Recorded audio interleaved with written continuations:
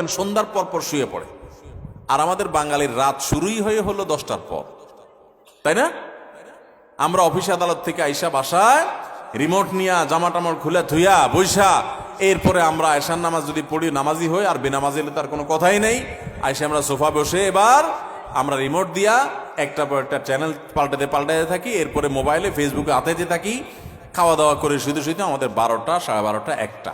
এই যে দেরিতে ঘুমাই, আমাদের জীবনের প্রোডাক্টিভিটি নষ্ট হয়ে যায়, বরকত নষ্ট হয়ে যায়। যে তরুণ তার প্রোডাক্টিভিটি বাড়াতে চায় সেজন্য রাতে তাড়াতাড়ি ঘুমায়, রাতে তাড়াতাড়ি ঘুমায়, আর যেগুলো রাতে করবেন ওইগুলো সকালে করবেন। অনেক যুবক আছে পড়াশোনা করে রাত 12টা পর্যন্ত। আরে ভাই, রাত 10টায় আপনি ঘুমিয়ে যান, এই যে 2 ঘন্টা পড়লেন, ভোর রাতে উঠে ফজরের সময় 2 ঘন্টা পড়েন, ওই 2 ঘন্টা এই 2 ঘন্টার চেয়ে অনেক বেটার হবে। কারণ 6-7 ঘন্টা 8 ঘন্টা ঘুমের পরে যে ফ্রেশ মুড থাকবে, ওই সময় পড়লে সেই পড়াটা অনেক তাড়াতাড়ি আপনার আত্মস্থ হবে।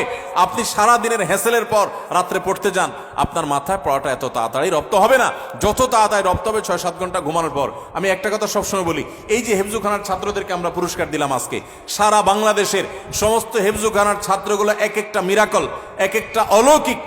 কারণ এই যে অলৌকিকত্ব, এক একটা অলৌকিক বিষয় এদের মধ্যে রয়েছে, সেটা হলো যে এরা সবাই ছোট ছোট বাচ্চা মানুষ। 30 পারা কোরআন হেফজ করে ফেলে মাত্র 2 বছরে, 1 বছরে, 6 মাসে, বিভিন্ন সময়।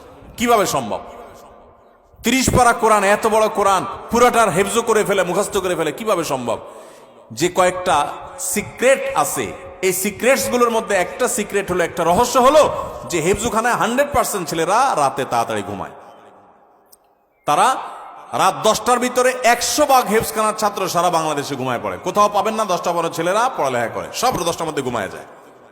পুরা কোরআন হেফজ করে ফেলে অল্প সময়ের মধ্যে, আবার রাত জেগা পড়ে না। কিভাবে সম্ভব? কারণ তারা ওই যে আবার ভোরে উঠে যায়, ভোরে উঠে পড়ে। ওই ভোরের সময়টা রাতের 4 ঘন্টা, আর তখন 1 ঘন্টার সময়। এজন্য প্রোডাক্টিভিটি বাড়াতে চাইলে রাতে তাড়াতাড়ি ঘুমাইতে হবে। যেটা রাত জেগে করবেন, যে কাজটা, সেটা ভোরে করবেন। 1 2 নম্বর হলো সকালে ঘুমাবেন না। সকালে ঘুমানো যাবে না। সকালের ঘুম মানুষের জীবনের বরকত নষ্ট করে দেয়। আমাদের নবী সাল্লাল্লাহু আলাইহি ওয়াসাল্লাম দোয়া করেছেন, আল্লাহুম্মা বারিক লি উম্মতি ফি বুকুরিহা, আল্লাহ আমার উম্মতের জন্য সকালের সময়টাতে বরকত দান করবেন, আর ওই টাইমে আপনি ঘুমায় থাকেন। সকালে আপনি পড়ালেখা করেন, ছাত্র মানুষ, তাহলে পড়ালেখা বরকত হবে। আপনি কর্মজীবী কাজ করেন, আপনার কাজে বরকত হবে। আপনি কৃষক কৃষি কাজ করেন, আপনার জীবনে বরকত হবে। আমাদের সমাজে, আমাদের দেশে 9টা 10টা, সকাল 9টা 10টা 11টা আগে দোকান খোলে না, কারণ পাবলিক ঘুমায় থাকে না, একটাই না, রাত জায়গায় আড্ডা মারে আর সকালে ঘুমায় থাকে। ঠিক না ভাই? ঠিক। আমাদের প্রোডাক্টিভিটি নষ্ট হয় এই কারণে।